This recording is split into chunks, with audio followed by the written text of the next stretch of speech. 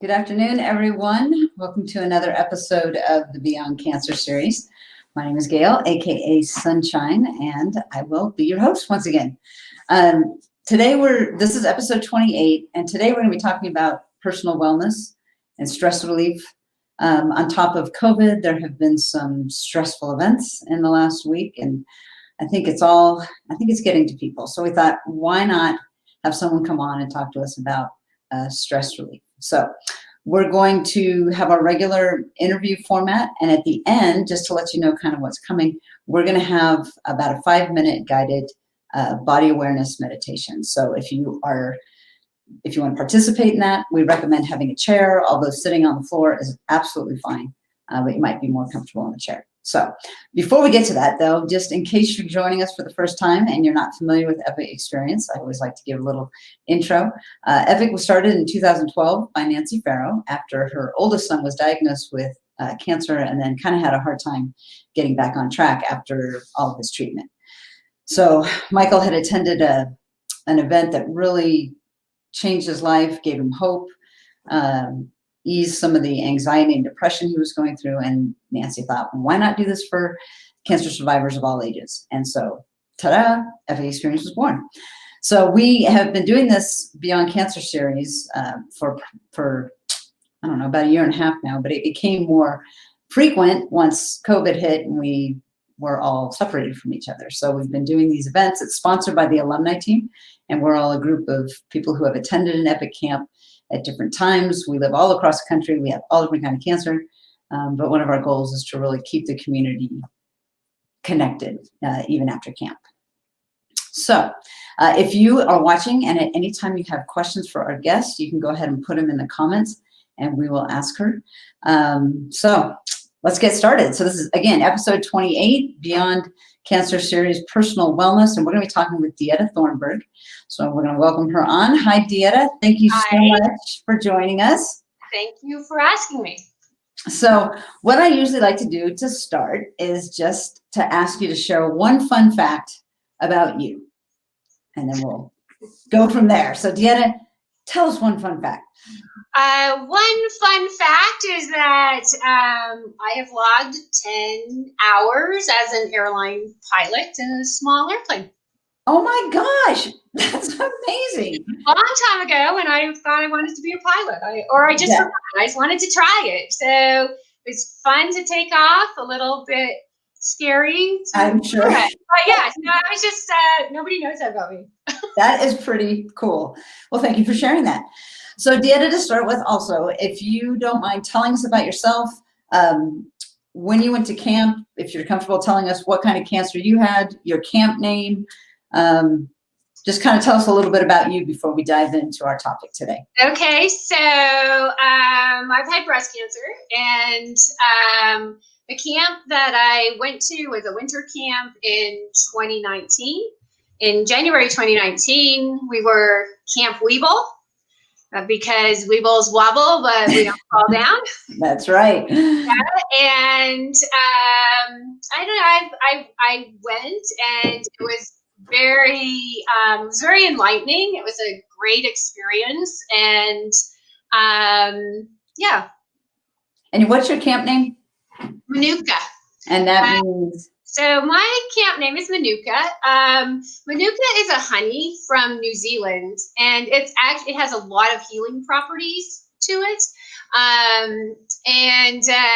It requires another tree to grow with it in order for it to produce the flowers and for the bees to make the honey. So for me, it really reminds me of interdependence.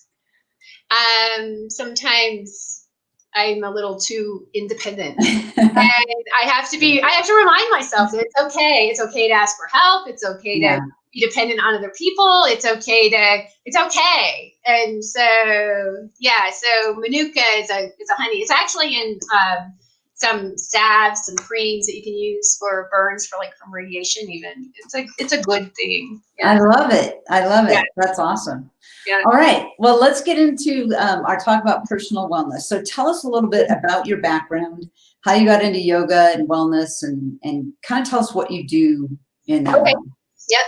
So the yoga part first. So I have been practicing yoga for a little over 20 years.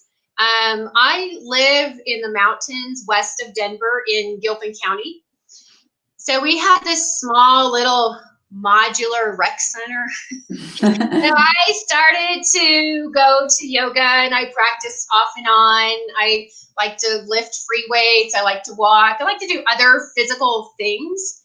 But yoga was the one thing that I always went back to. And it was all, and I'm like, why do I feel so good after I practice yoga?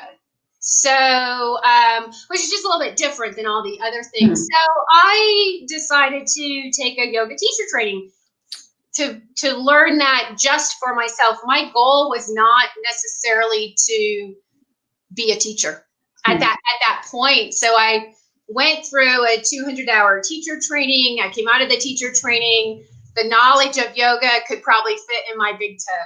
It's just barely enough to like move forward. And so, because it is such a big, broad concept, it really is. Like, it's easy to say, oh, I want to learn yoga, I want to practice yoga, but like, what kind of yoga? There's just so much more to it. So I managed a studio. I had to teach one day because the teacher didn't show up.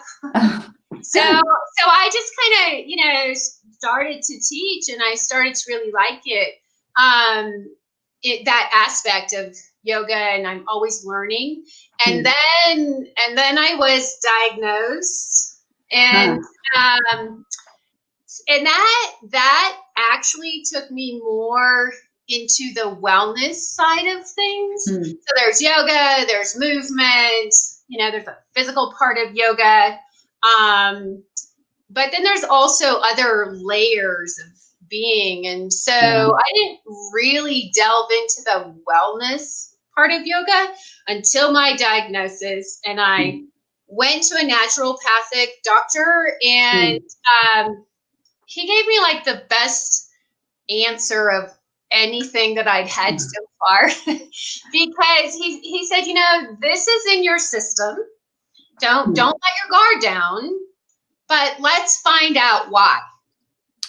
Interesting. Yeah. And so I'm like, oh, well, no one's ever told, no medical Western doctor never said anything like that. And so I'm like, oh, so I started to pay attention to what I eat. I started to pay attention to other things in my life. I started to pay attention to my own thoughts and feelings, and, it just really, and then I pulled from yoga some, how to practice that, how to really, bring wellness into my world, and at the end of the day, it's choices, but yeah. Right. Well, and when you say bring wellness into my world, I'm guessing you don't just mean yoga, you mean your world, like everything, everyday decisions. And so how would you define wellness? Like, to you, what is that to you? So to me, wellness is anything that I do to keep my mind and body healthy. Healthy in a sense as, like, we all have this one body, we have different microbiomes, like, without going into the science of it. Right. What's right for me, wellness for me might actually be something else. But so what I put into my body, what I watch on TV, the people I surround myself with, it's really moving toward a very positive, more toward the light. Right. But it really has a lot more to do with things like that. I mean, as well as the yoga and the meditation. I did start to meditate a little bit more, just things like that. So it's not, it's not just yoga. It's not just keeping your body healthy. It's what you put into your mind, what you allow yourself to see, Yeah. things like that. Yeah. So I guess that goes right around with my next question is, what does mindful living mean to you? And it sounds like you just described it. You're mindful about all of these things. It's actually doing it. Right. Exactly. Yeah, it's actually putting it into practice. So there's a really good, I think it's John Kabat-Zinn, his definition of mindfulness is paying attention to the present moment without judgment, as if your life depended on it, because it does. Interesting. That's his definition of mindfulness, and I can really relate to that.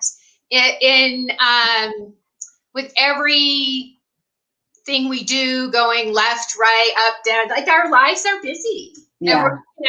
And so it's learning to be present as if your life depended on it. Wow. Yeah. So prior to you getting involved with yoga, so yoga, you said that was 20 years ago, right? Mm-hmm. And then when you got diagnosed, that was what? 2012. 2012. Okay. Prior to that, was mindfulness, wellness, meditation, was any of that kind of part of your life? Was this all new, like new thoughts for you? So it's all been a journey. Yeah. And so, yes, it evolved. So, I knew some things, but I didn't really start putting it into practice until after my diagnosis. Like it was, even the yoga part, when I first started that, it was, yes, to find out why I felt better. Yes, I love the physical benefits of a regular yoga practice. Like it's hard. Yeah, it is. But the wellness piece, so when I started learning how to live more mindfully and to bring the wellness into me, I pulled from my yoga practice to actually make that happen. Because in yoga, there are many layers to yoga. There's an energy body, there's just different things that you can pull from and then put it all together. And I love to learn. I'm fascinated by the human body. And one of the reasons we're talking about this today is because of stress and the increase in stress, I would say in general, that people are experiencing. Did you find, as you started delving more into this, both yoga and the whole wellness and mindfulness, did you find it helped with your stress levels? Yes. We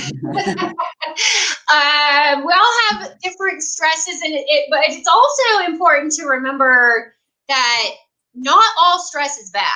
Like sometimes, stress is okay, and how we acknowledge it and how we recognize it, it can be okay. But it's when we get inside our head and create things that might not even be there, Right. So learning how to weed through that and recognizing that the stress that we're having right now, whatever that might be for you, recognizing that the stress is not helpful, recognizing that it's not part of your wellness program. So there are some things that you can do just very simple to help with stress. One of them is just paying attention to your breath. And you can do that anytime, anywhere. Just give yourself a minute and breathe, because it might be 1:00 in the afternoon and you haven't paid attention to your breath all day. And just taking time to feel your breath. I'm not thinking about feeling your breath, but actually really physically feeling the breath go into your body, into your lungs, like, this big, beautiful, nourishing breath. And on that exhale breath that follows, you're like letting it go. That's awesome. Yeah. So just breathing in and then, in a sense, breathing out the stress or the story you're telling yourself or whatever it is. Yeah. Breathing that out. Yeah, that's one of the things you can do. Another thing is feel your feet. So yeah, when you are standing, first you have to recognize that it's stress.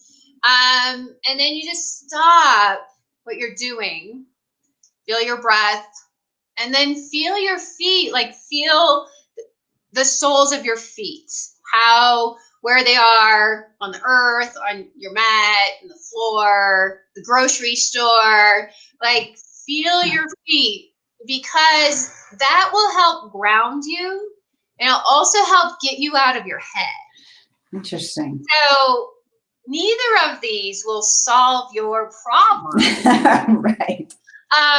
But it's a great place to start, you know?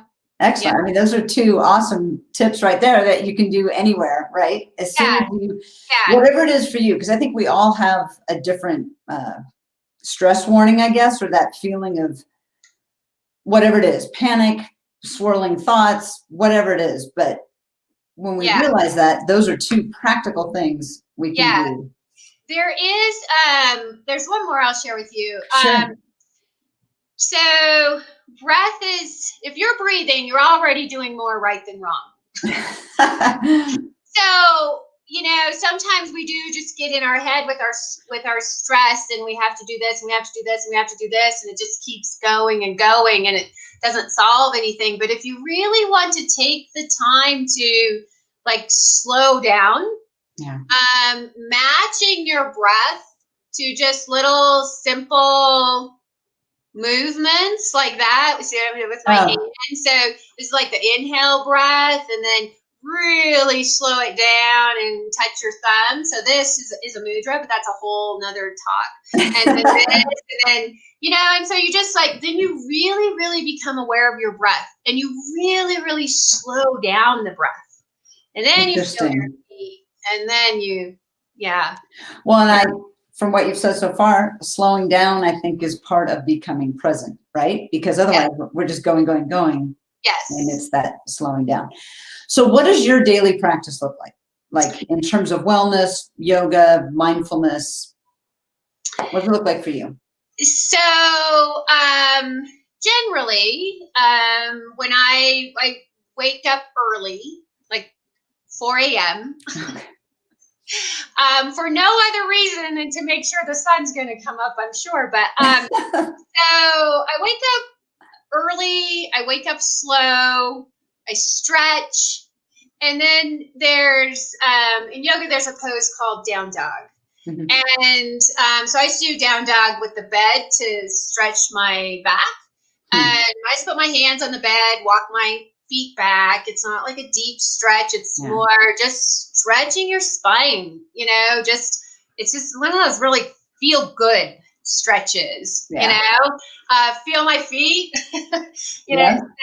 And then one of the things that I do is also an informal meditation, which is actually one of the 3 things that you can do to also bring mindfulness in. So in the morning, an informal meditation is part of my practice. So normally we think this, like a lot of people think this is meditation. I can't meditate. I can't turn off my light. Yeah. Right. So meditation is when you just take that first cup of coffee or tea, and you hold on to it, and you feel the warmth. You recognize that it's warm. You smell it.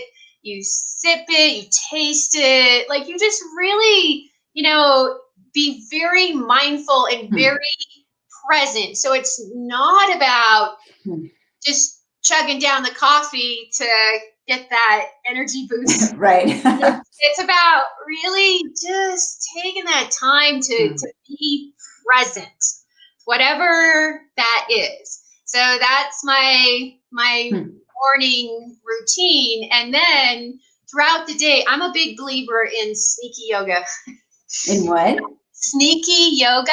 So we don't always have, time that we're like, I don't have a time for an hour or whatever. So my mat sits up right behind me.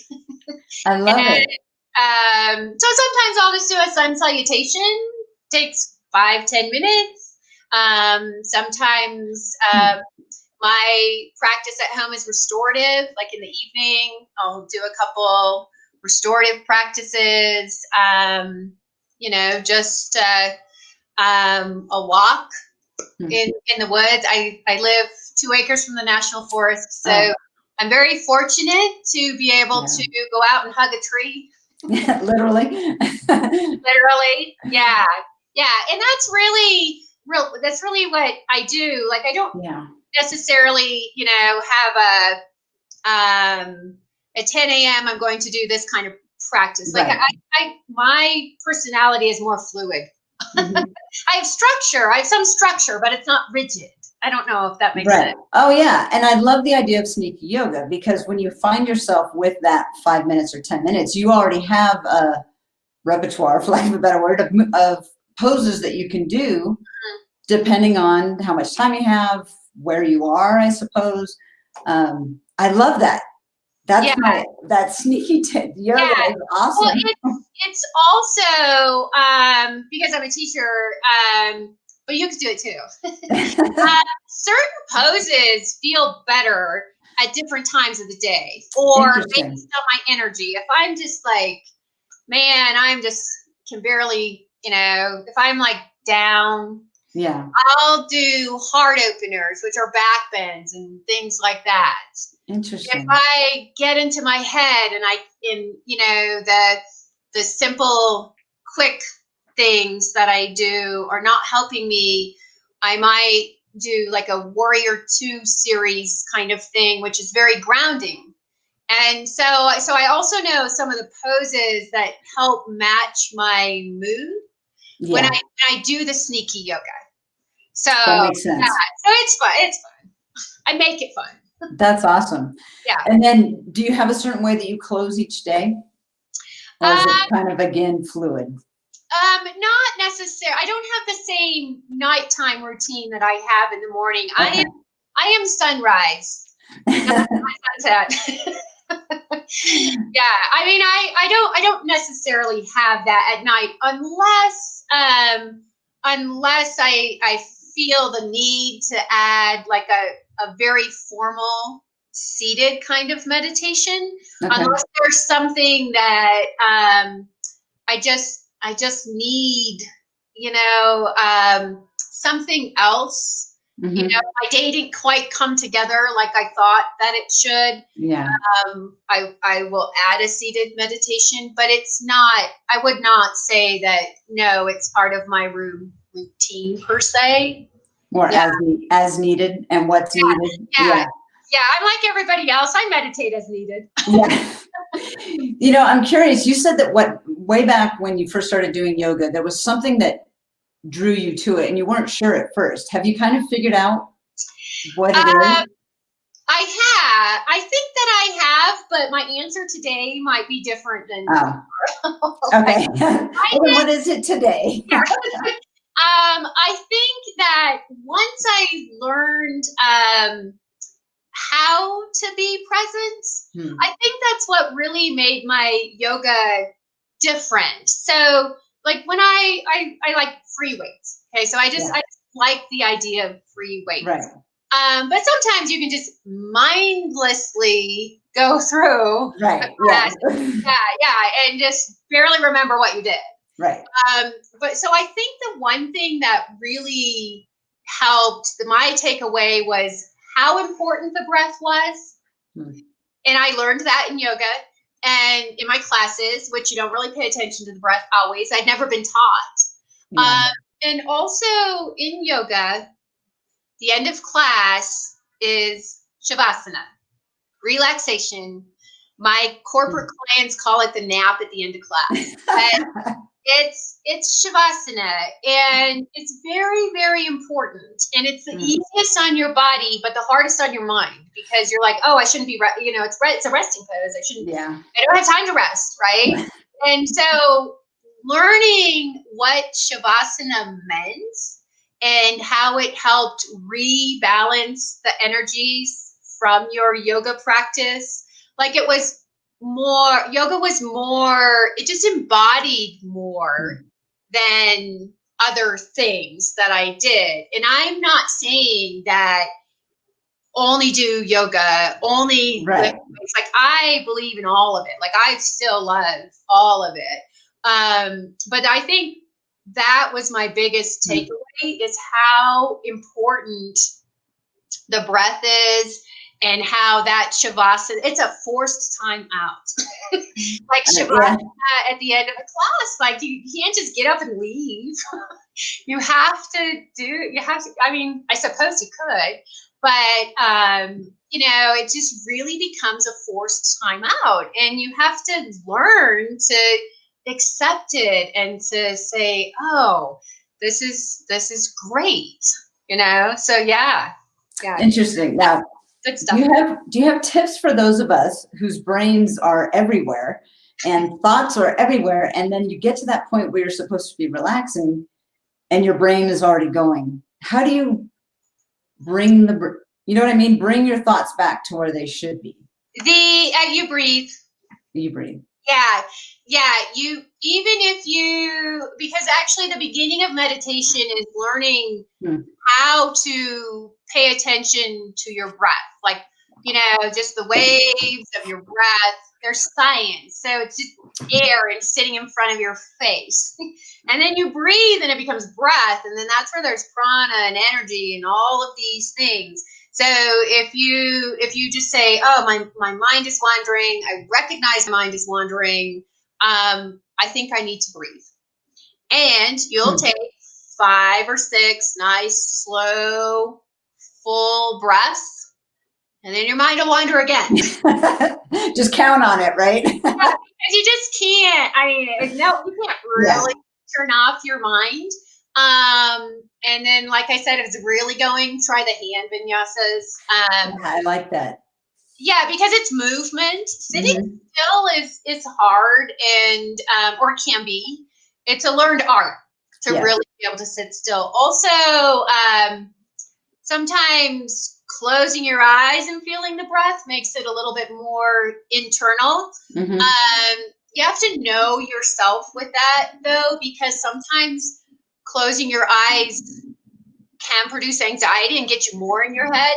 So interesting. Know yourself. So closing your eyes isn't internal for everybody. So it's just it's also a learned kind of thing. Yeah. In case you're just joining us, we have DeEtta, aka Manuka, joining us today. She's doing a little discussion on wellness and mindfulness, and in about probably 5 to 10 minutes, we're going to do a 5-minute guided body awareness meditation.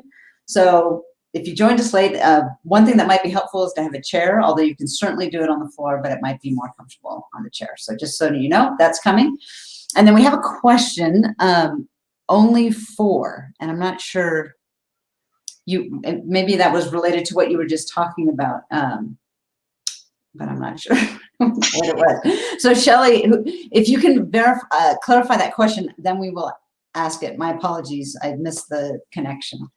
In the meantime, DeEtta, let me ask you another question. So and this kind of goes with what I asked, but self-care practices maybe that you haven't mentioned when someone is dealing with stress. And I know we talked a little bit about the stress may be different, and maybe that has something to do with it. So I can tell you what I do. Sure. And some people might be able to relate. So my go-to is always a hot bath.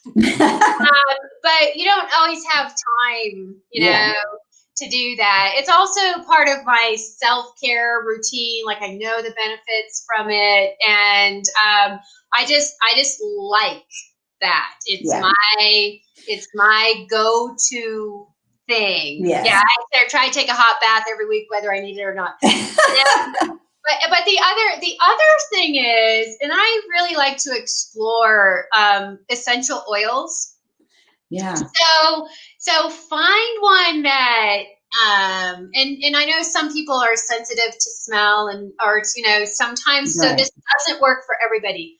But I have found there are certain essential oils that I can just migrate to, and they just kind of take me sometimes to a different place, to a different space. Sometimes they help calm me. There are some actually made for reducing stress. Right. So I like essential oils, and they're really the oldest form of healing kind of medicine, really. I mean, they're, in a very broad sense, but you know what I'm saying? They're just, So that's just another thing that I do. Any chance that I can get, I walk. Yeah. Hug a tree. What's that? Hug a tree. Yeah. Yes. And I hug a tree. Definitely. Walking meditation, is also really helpful. If you have time, but you can also fit just a little sneaky walking meditation into your day. If you were, if you're talking about relieving stress, just some things for that. Really, actually, do you remember how you get from the car to the office? Sometimes not, but if you really wanted to practice walking meditation and be present, that's a way to sneak it in so you actually remember that getting from the car. Yeah. So there's some other mindful things too you can bring into your day to be present, to reduce stress, all of that. They all just weave together, being thankful for your food, that goes to wellness, and appreciating what you put into your body, washing your dishes by hand, very mindful. It's a very mindful thing to do. Yeah. So there's I don't sit down and meditate for 8 hours a day by any means. It's during different activities, but you are doing them with a certain mindset and mindfulness, right? Yeah, and and teaching yourself to be really, really think about it. It's fun to explore it. It really is. And That's then awesome. recognize the change, recognize any changes in yourself, and then pick the ones that work for you. Yeah. That's the one. Those are the ones you'll stick to. Exactly. Yeah. All right. We do have any ideas about getting cardio safely when going to the gym isn't a safe option? Getting cardio? Yeah. That's a very specific thing, depending on your fitness level. Yes. Can always march in place. Walking, which you've mentioned, if you do it quickly, right? Or you can get a little cardio in. You can also, if you're a yoga practitioner, you can flow through a vinyasa class. Can be very cardio it's one breath, one movement, and actually that also can become meditative. So you just one breath, one movement, and you just keep going, and and then you stop and rest. It's just so that's one way to get cardio. I don't always recommend any kind of bouncing or anything. But you can also just move your arms, and all of that stuff will get your heart rate up. Yeah. Maybe not for a consistent 30-minute kind of thing. Right. If you have to stay in the house, you can't run up and down the stairs. There's stuff like that. If you can go outside at all, just walk fast. Yeah. Going to the gym, I get, is not. I mean, we had to close our studio, so Yeah. So it's hard. It's kind of hard. You just have to really get creative. Yeah, definitely. Yeah. Yeah. But you Definitely. can do it. I mean, there's ways to do it. And like I said, like I love free weights. Just get some free weights or some soup or gallons of water or Love it. Yeah. One more question, and then I think we will go ahead and do the meditation. But what resources have you run into? Any resources, whether it's, I don't know, videos, podcasts, you know, there are apps that have the meditation. I don't know if there's anything that you have found especially helpful along these lines. There is an app called Insight Timer, and they have free meditations. They're actually going to start some yoga, I think, as well. You can buy a subscription or just go or do the free thing, and then I really like that. Like sometimes, and you just scroll through and find people that you like. I don't have anything specific. I for resources. I have my trainers, like I have my Yoga for Cancer trainer, my Urban Zen therapy trainer, my anatomy. Like I have trainers that have become my resources. So I don't always, you know, Google is not always the best. But you know, I mean, no, I don't have anything specific except the Insight Timer. I do really like that. So I just kind of migrate to that and, you know, Awesome. Yeah. All right. Well, DeEtta, if you're ready, I think we're going to do about a 5-minute body awareness meditation, and I'm going to let you explain it, if there's any setup in terms of how we should sit or anything like that, and then we'll come back after that and just have a quick close. Sure. All right. Okay, let me scooch back just a little bit. So a body awareness meditation is really just feeling all parts of our body and really paying attention to them. Even the parts that might not seem like they're helpful today, give them a little extra love when we go through that part of the body. No special tools. If you're sitting in a chair, that's helpful because you'll be able to feel your feet. Just have your feet supported with the knees maybe out from the hips. And we will start with breath. So let your hands just rest in your lap, either one on top of the other with your thumbs gently touching, or if you're in your head today and you need to be more grounded, just place your hands palms down on your lap, and we'll get started. So let's take a breath. Just breathe. So breathe in through the nose and then sigh out the mouth. So you have that release. So maybe this is the first breath you've paid attention to today. So take another breath, just feel the breath, breathe in. And then sigh it all out. Maybe there's something you need to just let go of. And then if it feels okay, go ahead and close your eyes. If that brings on any kind of stress or doesn't keep you in a good space, take your gaze maybe 5 or 6 feet in front of your chair, with the gaze just slightly lowered.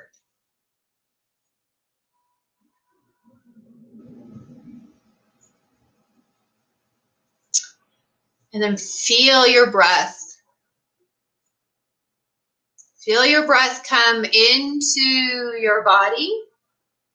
Feel your belly move as you breathe.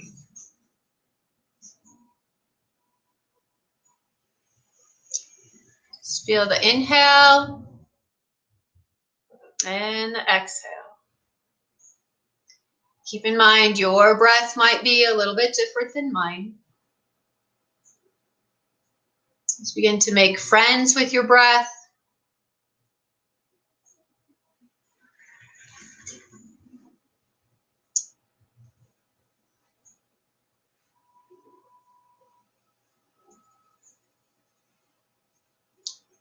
And then bring your awareness to the top of your head. Just notice the top of your head. Does it feel warm or tingly?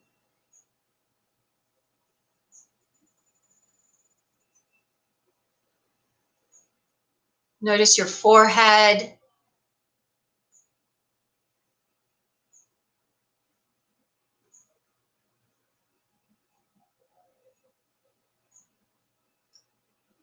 Feel your eyes.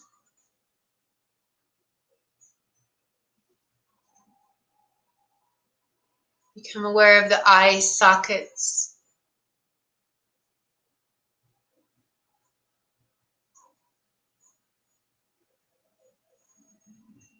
Notice the bridge of your nose.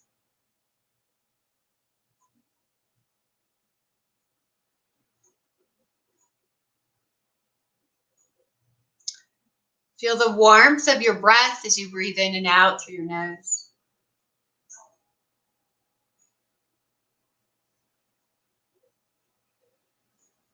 Become aware of your cheeks.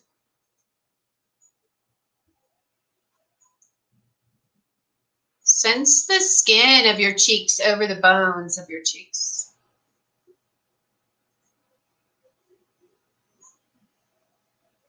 Become aware of your ears, the outer ears, the inner ear.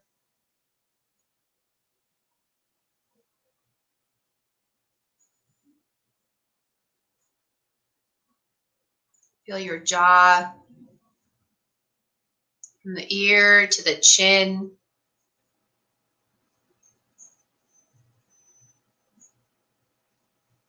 Notice your lips. Feel your mouth, inside your mouth.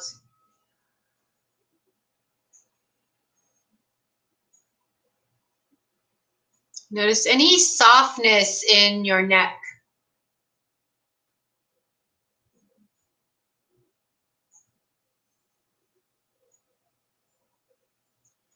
Become aware of your shoulders.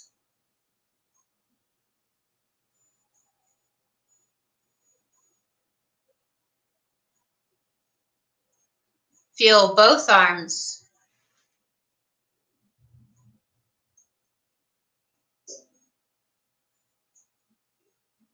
Notice any sensation in the palms of your hands.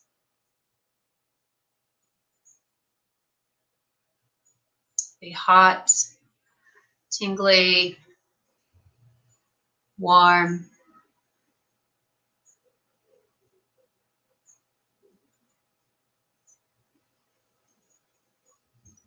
Become aware of your back, the upper back, the middle back, the low back.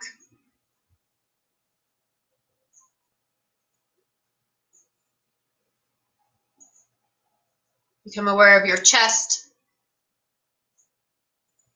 your breath.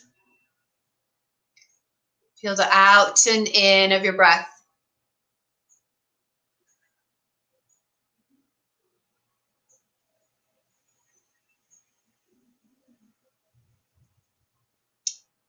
Become aware of your hips.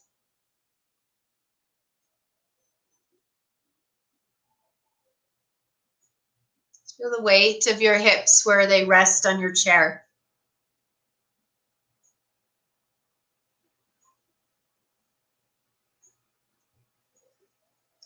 Become aware of your legs.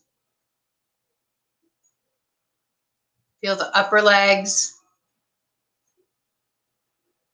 Notice any softness in the space behind your knees.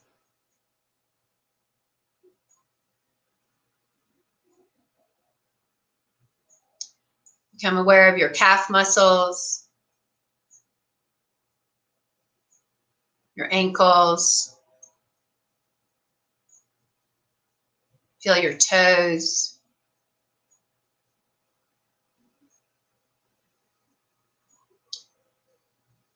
Feel the soles of your feet.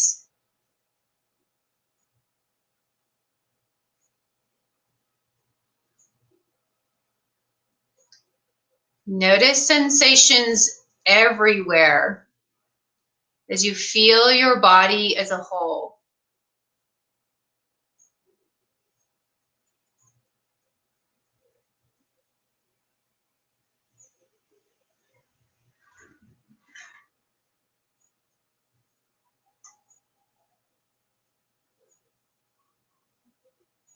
Bring your palms to touch in front of your heart.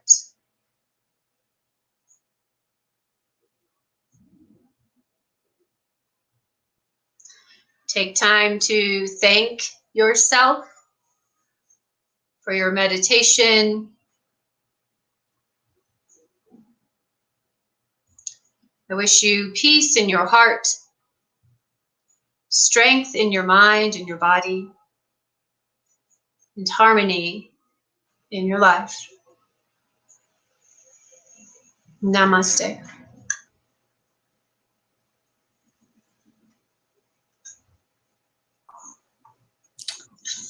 Thank you. You're welcome. That was awesome. Now I'm curious, is that meditation usually one that's better guided by someone else, or is that something you could do kind of on your own? It's generally better if it's guided by someone else. You can always make a recording, because by the time you get to your shoulders, you'll be like, off doing something else. I have done it myself, and that's what happens. Like, I never make it all the way to my feet. Yeah. But that's also when I used to do that in the doctor's office, like waiting. Yeah.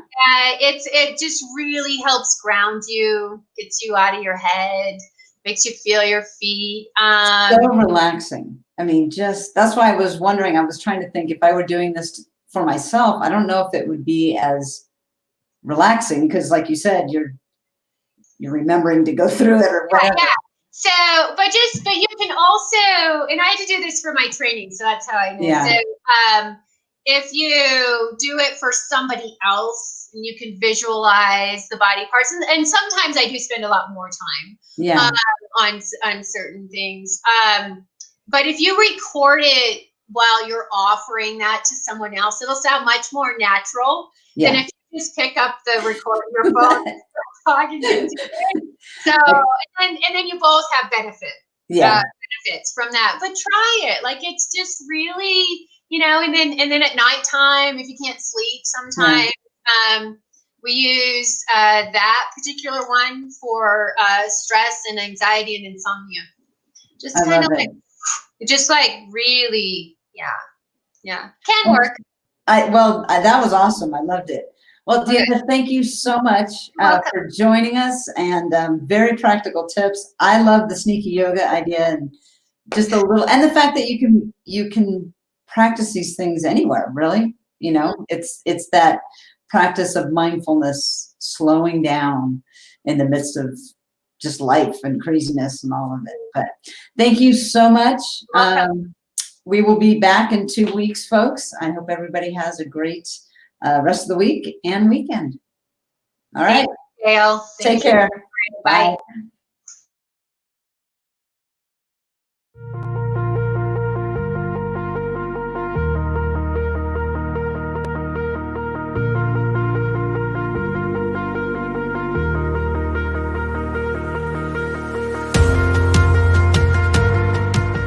Epic Experience was founded after my oldest son, Michael, was diagnosed with testicular cancer in 2007.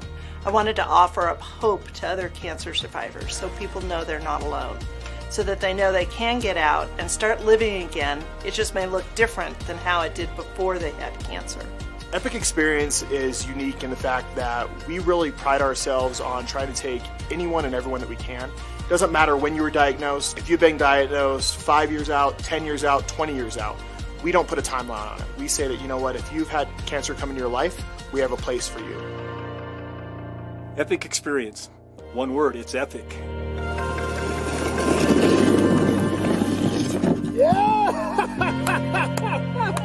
You have a chance to come up here and do some things that you've never probably done before.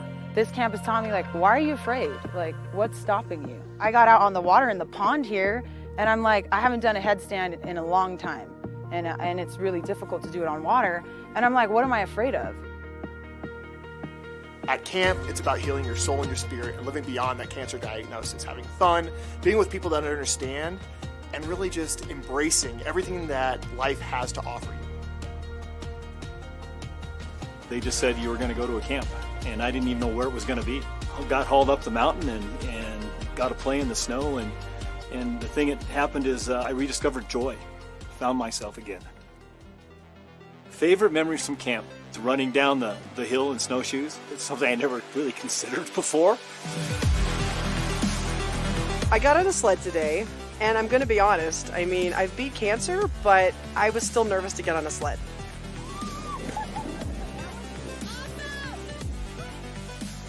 Well, kayaking is individual. You're all alone in your boat, and it's you versus the elements and how strong you are and getting through the challenges that are coming up, whether they're rapids or something in the water in the way. And with cancer, it's you versus your diagnosis. Epic Experience is about empowering adult cancer survivors and thrivers beyond their cancer diagnosis. It's about giving them a community in which they feel that they have people they can connect with, that understand them, and have walked their shoes to really know, hey, you know what? I'm not alone, and I have people with me, and it's so important for them to feel that connection. Things that I used to worry about don't worry me as much anymore. Family is critically important. Friends and experiences is what life is about. Well, I didn't think I needed this week, but I needed it more than I knew. I needed to just play in the snow. I needed to laugh until my sides hurt. I needed to connect with people, even though I didn't think I did. I needed to find out that I'm not alone in things I think I'm alone in. So here at the 7W Ranch, not only are the activities that we do for the week amazing, but just the beautiful scenery around alone makes it just so incredible. I was feeling a bit lost and unsure how to cope with life after cancer. I feel like Epic Experience brought me closer to who I used to be and who I want to be in the future. Want me to cry when I talk about 7W? It's magic. Just say, it's special. If you are debating on coming on this trip, just do it. Don't hesitate. I hesitated. I waited till the last minute, and I am so grateful that I came here. This has been life-changing. This week has absolutely changed my life in ways that I couldn't have even imagined that it would. Epic Experience is the right name for this experience. Trust, go for it. Why can't you experience this? It's something that they've already been through, cancer treatments, whatever the therapy is, and this is another way to heal. If you want to really check back in with yourself and find out where your inner person is and where your soul survives, come to a camp and just let it be. Don't think about it. Don't wonder, should I? Just do it. Sign up for camp, and it will be an amazing experience full of a lifetime of memories.